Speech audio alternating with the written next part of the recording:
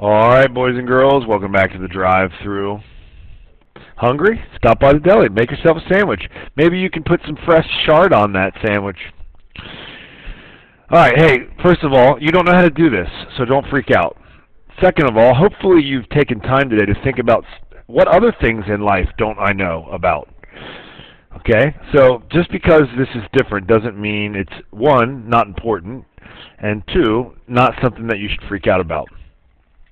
Also, you should know that this is probably not on your test, but you asked for some help on it, so I'm going to tell you about it. What they're doing here is a weird way of introducing you to geometric means. Okay? What you're used to is the arithmetic mean, which you have always called the average. If I can get this pen to work. Arithmetic mean.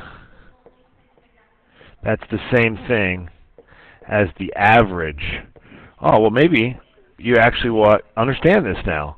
Arithmetic sequence, how do we get from one term to the next? We add. How do we do the average of A and B? We do A plus B divided by 2. Well, these are going to end up being geometric means. And you'll learn a lot more about these in geometry.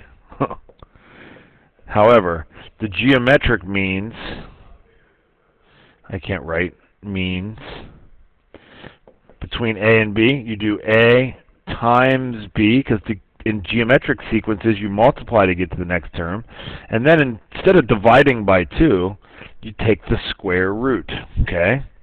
So, first let's fill in the whole numbers. The growth in the table is triple at each whole year. So, to get from the first year to the second year, we got to multiply by 3. And to get from the second year to the third year, we got to multiply by 3. And to get from the third year to the fourth year, we got to multiply by 3. So those I would expect you to be able to get. Now, the half-year point, that is what's strange, okay? You might think, well, why can't I just do 2 plus 6 divided by 2? 4. Why isn't it 4? Well, the reason it's not 4 is because we're not growing arithmetically or linearly. Our growth looks like this, not this. And so there is a way to figure out where we will be at the halfway point, and that is called the geometric mean. So if you just did this, square root of 12, I'd be super pumped. That would be correct.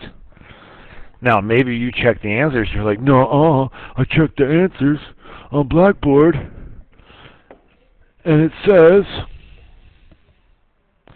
that it's 2 radical 3. Alright, no big deal. You've learned how to do this. Square root of 12. That's the square root of 4 times 3. And so that is 2 radical 3. So that's how the book is getting that answer. Maybe that makes sense now. Okay? So, instead of radical 12, we can write that as 2 radical 3. Don't even get me started as to why you do that, because I hate it. I think it's a dumb thing to expect people to do. But I don't make the rules, and you will see rational numbers on all sorts of future assessments. And so it's just like a piece of the language you got to deal with. Just like there's parts of the English language that I don't like, that I don't agree with, that I don't follow. But if I was applying to get into college, I would follow those rules so the college knew that I knew the rules. Okay, so same thing. Square root of 6 times 18. I don't know what that is. Let's just bust out the calculator real quick.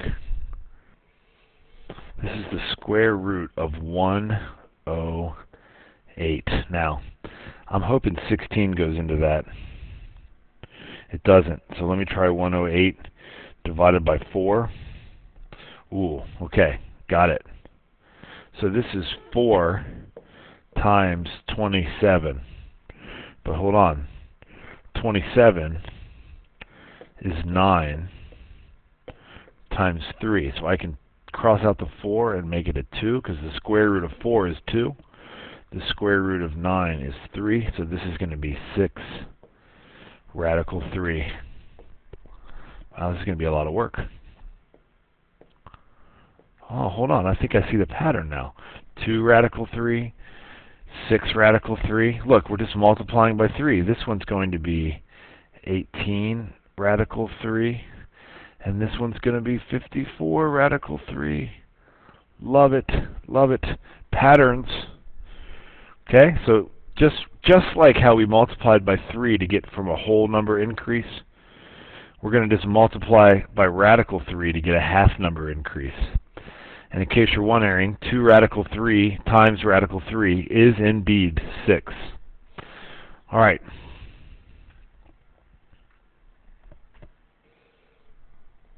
Okay, so I legit just want you to skip 13. It's just unnecessarily difficult.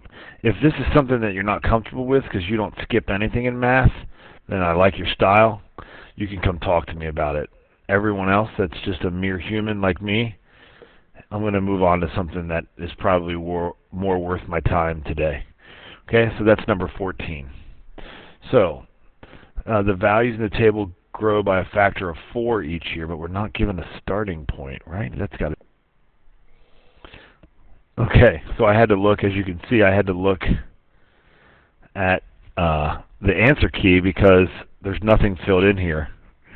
And you should know that this curriculum that we're using is completely free, which is why there's some mistakes in it. But I'll also tell you that it's really is very highly recommended to me from people that know what they're doing. So look, it's growing by a factor of 4 every time on the whole number. So this one's an 8. Okay? And 8 times 4 is 32. And 32 times 4 was that 128? And 128 times 4 is 512. So I hope you can fill out the whole numbers. Okay, let me buy myself a little space.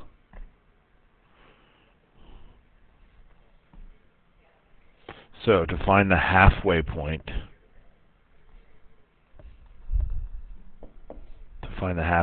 I'm going to do the square root of 2 times 8, which is the square root of 16, which is 4. Sorry, messy. Hate these pens. So that's a 4. Ooh, now I think we're just going to double it to get halfway through the year, but let me check. What's the square root of 8 times 32? It's 256. What's the square root of 256? Voila. It's 16. So now I think I know. To go a half a year, keep in mind that's just 2.5 there. I'm just doubling it. So this is going to be 64. And 256.